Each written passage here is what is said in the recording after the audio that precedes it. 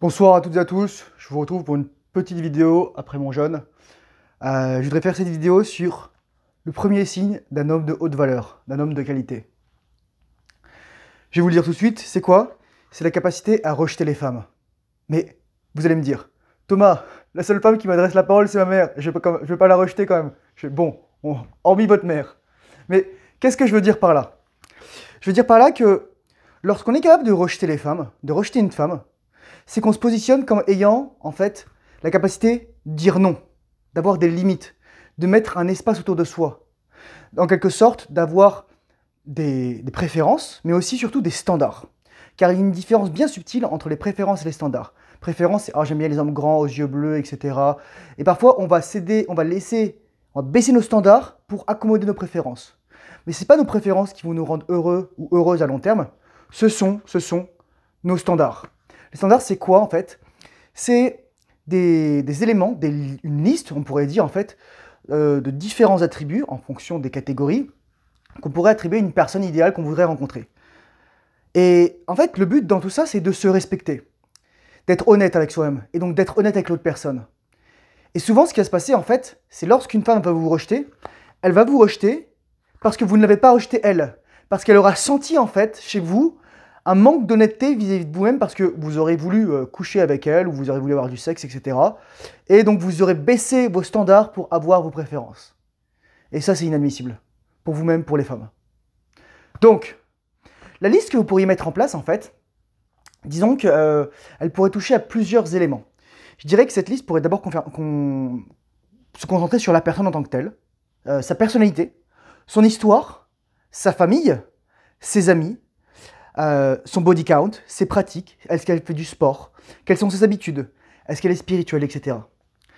Pour illustrer cela, je vais vous donner un exemple. Très récent, soit j'ai eu une date et en fait, c'est une nana littéralement, elle ne me plaisait pas. Elle avait l'air quand même assez intelligente. C'était la tragédie dans tout ça. C'est que je sentais de l'intelligence en elle. Mais je sentais aussi en fait le fait qu'elle cède à la facilité de la vie d'être une femme d'une fin vingtaine, milieu vingtaine, et de se dire ah bah je peux avoir ce que je veux, je peux coucher avec qui je veux, je peux faire ce que je veux, j'ai de l'argent, etc. Mais en fait, ce qu'une femme ne comprend pas, c'est que sa valeur maximale est atteinte, elle est à un maximum entre 20 et 25 ans. Après, c'est que sur le déclin. Alors qu'un homme, c'est tout à fait l'inverse. Le début de la valeur d'un homme commence lorsqu'il s'élève en fait, après sa vingtaine. Donc en fait, il y a comme en fait un croisement entre deux courbes. Si tant est qu'on est un homme qui s'améliore et qu'on est une femme relativement stable. Un homme va avoir une courbe, je dirais, hyperbolique, exponentielle, donc qui va commencer très doucement mais qui va faire comme ça. Alors qu'une femme, pourvu que l'homme soit orienté séminal, alors qu'une femme va avoir une courbe beaucoup plus logarithmique. Très tôt, elle va atteindre son pic, et ensuite, soit elle va stagner, elle peut toujours s'améliorer sur d'autres aspects que sa valeur sexuelle, ou en tout cas son physique, mais elle va décroître inexorablement, beaucoup plus vite qu'un homme. Regardez une femme qui a des enfants, regardez une femme qui ne prend pas soin d'elle, qui consomme de l'alcool, qui fume, etc. C'est terrifiant, voilà. Donc cette fille que j'ai rencontrée ce soir, donc milieu vingtaine, déjà elle avait des rides sur la gueule. Vraiment. Moi, je veux dire, j'ai 32 ans, oui, ça commence à apparaître, je vieillis, c'est tout ça, mais je suis en rétention séminale depuis plus de 13 mois, ou un an et un mois. Je pète le feu, j'ai la vie qui s'ouvre dans moi, je travaille dur, j'arrive à faire de l'argent, etc. J'acquiers des compétences, je m'améliore en fait. Et elle, au contraire, était dans une posture beaucoup plus hédoniste.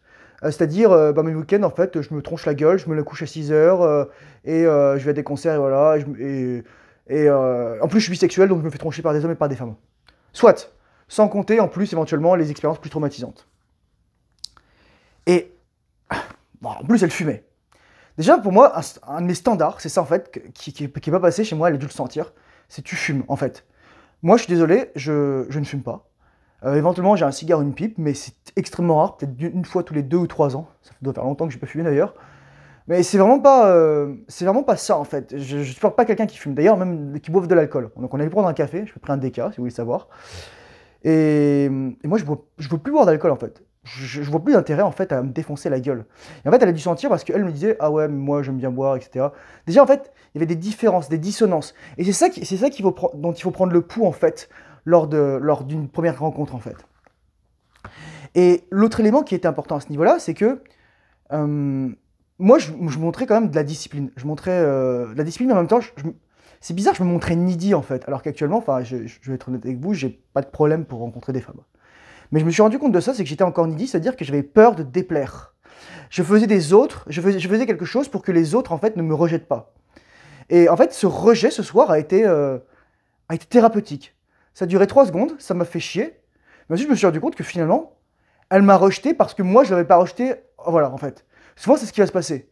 Et on est tellement en soif, en faim, affamé d'attention féminine, qu'on va souvent renier nos standards pour nos préférences.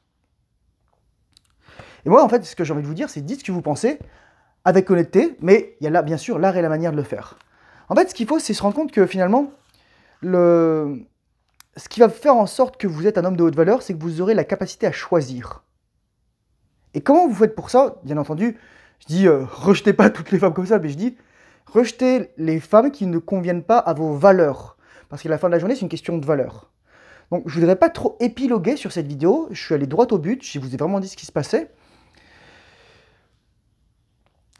Je dirais que je ferai une autre vidéo là-dessus.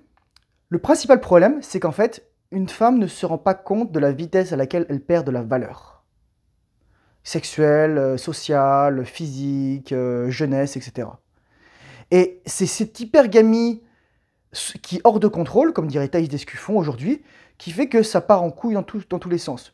Une femme, elle aura une application de rencontre, elle aura des milliers de prétendants en quelques jours. Un homme lambda, c'est l'inverse. Ce sera le désert. Et cette hypergamie, en fait, elle est piégeuse parce qu'elle fait croire aux femmes qu'elles auront toujours de l'attention. Sur ce, courage force honneur, bonne rétention séminale, continuez de vous améliorer, et je vous souhaite à très bientôt dans une prochaine vidéo. Bye bye.